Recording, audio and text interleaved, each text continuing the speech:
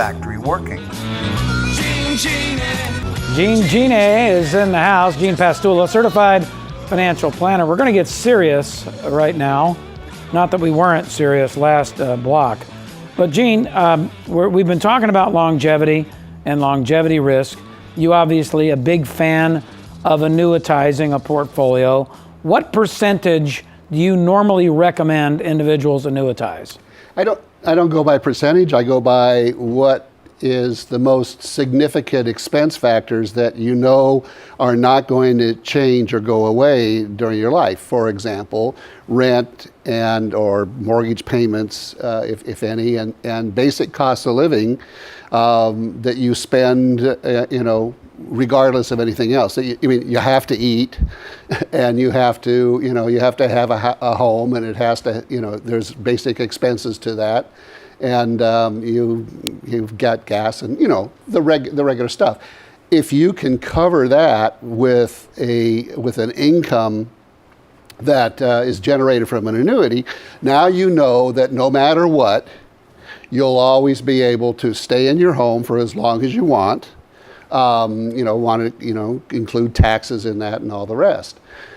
So your basic living expenses, I mean, that's what I'm doing. And I have, I have enough money that I could fool around with all the stock and that kind of stuff like some of those people are doing. But I just don't want to be concerned about it or interested in it, and they're not until the bottom falls out of the market. And then all of a sudden they start thinking about how good their advisor is. One of the things you learned in financial planning as a certified financial planner, and myself as a retired certified financial planner, no longer doing the stuff like you are, but you always manage risk first and foremost. Yep. So what you're saying is look at the fixed expenditures that people need to spend money on. Mm-hmm. Figure out how much their Social Security and pensions and other fixed income is coming in that's guaranteed, and then make up the gap with an annuity, and then fund discretionary expenses out of the so-called portfolio. Am I saying that right? Yeah, and of course, I mean, there are people that I run into, and there are advocates of utilizing annuities, for almost everything. Because they are so adverse to the market risk and volatility. As we age, that becomes a more significant thing. I mean, the whole concept of watching what goes on in the stock markets and what have you. If you were last week, if you were a Hillary fan and you had to deal with the fact that she was losing, and if you had a lot of money in the market, and at the same time they're talking about $800 drops in the stock market, that would be kind of frightening. At least you probably put a sell order in, and it cost you, 5% in the last week or so. Yeah, and then of course it went back up. Right. And, so anyway, it makes life so much. Everybody is a little bit different, but I would say that as a general rule, that you take your expenses that won't go away, subtract Social Security from it, and any other secure pension that you have, not your 401k, because that can change. And then the difference I would recommend using an annuity for.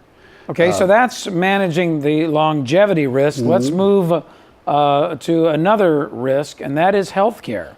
We're seeing Obamacare premiums go through the ceiling. Mm-hmm. I talked in a different hour about health savings accounts. I seem to think that those are a pretty good potential solution, but none of those cover post-retirement healthcare needs such as long-term care. Yeah, and quite a while ago, like 20 some odd years ago, we developed a concept using a life insurance policy where one takes the savings or emergency accounts that they would typically have in retirement if they've built up enough money to do that, and simply reposition it to a cash value of a life insurance policy that basically acts very similar to a bank account or what have you, in that it sits there, it's guaranteed by a major institution, and it earns interest, etc. But instead of growing the cash like a bank account does, although it doesn't do it as well anymore, it uses the interest to support an insurance benefit that will be paid at death. And what we did was we tweaked it so that that same insurance benefit would be paid for long-term care. By the way, you revolutionized the entire life insurance industry 30 years ago when you did this. We did something totally different, yeah. But basically, let me explain to everybody what that is. What Gene did, he was like the first one in the entire universe to tap into a life insurance death benefit before an individual died. They call that a living benefit. Tapping into the death benefit before a person dies for covering the cost of long-term care. Did I say that right? I think so. Yeah. That was pretty revolutionary. I just showed a couple just a couple of weeks ago, because they were interested in long-term care and concerned about it. And I showed them how that they could take the required minimum distribution, and they were a little bit younger, but we anticipated what it might be starting in 4 or 5 years, and said, but start it now. And for like $7,200 a year each, they could put it into a life insurance policy that would create $250,000 death benefit when they pass away. How many years they have to put that 7,200 in? But they put it in every year. Okay. They could shorten it up by putting in a little bit more earlier. But the point is that it also and that's tax-free, of course, and it also is available to pay for their convalescent care. So in each case, each of the husband and the wife had instantly $250,000. Doesn't matter whether they suffered a stroke in the next 5 years, fell down the stairs and created a real problem for themselves and had to be cared for. Or 20 years later developed Alzheimer's. Or How whatever. old were these people? These were 59. Okay. Okay. And but the rate of return, if you look at, when the insurance company will put that on a column in the illustration, it shows what the rate of return is at any given year when you access this money, either because it goes to your heirs at death or you start taking it out at the rate of,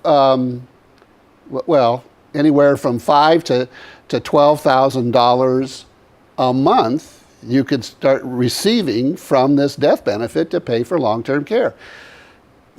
I mean, what an investment. You can't legally call that. Nobody writes that down on a piece of paper that this is an investment, but reality is, match that against something else that you're putting money aside in for some particular, unknown event in the future as an emergency account. So at 60 years of age, it would take them, let's say they bought, municipal bonds or something safe. Yeah. Municipal bonds are paying 2-3% right now. It's probably 25 years of free insurance, free being in quotes, 25 years of free insurance, and you still get the same rate of return you'd have gotten from a municipal bond. Yeah. That's pretty impressive. Yeah, it really is, and that's just one way of doing it. Of course, your return would go up substantially if over that 25-year period of time, any one of the two, and there's a 70% chance one or the other is going to need it, tapped into the death benefit early for long-term care. Sure, I keep telling people, you want to get this rate of return up, just die as soon as possible. Gene Pastula, if you want that kind of advice, and who wouldn't, contact him today.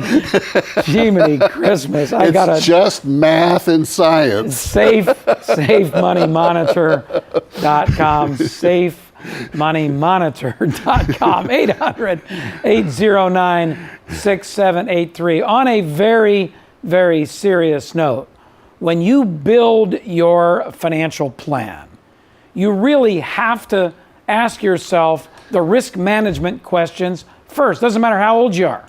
What happens if, fill in the blanks, you lose your job, you lose your health, you're going to need long-term care, who's going to be a caregiver, you live too long, and just play the fill in the blank game, and then call Mr. Pastula, and he'll help you with solutions to the risk management questions. Once you get that stuff done, then call your broker, your financial planner, your investment advisor, your wild rattlesnake oil salesman, whatever, because you will have the risks of life managed. SafeMoneyMonitor.com for Mr. Gene, 800-809-6783.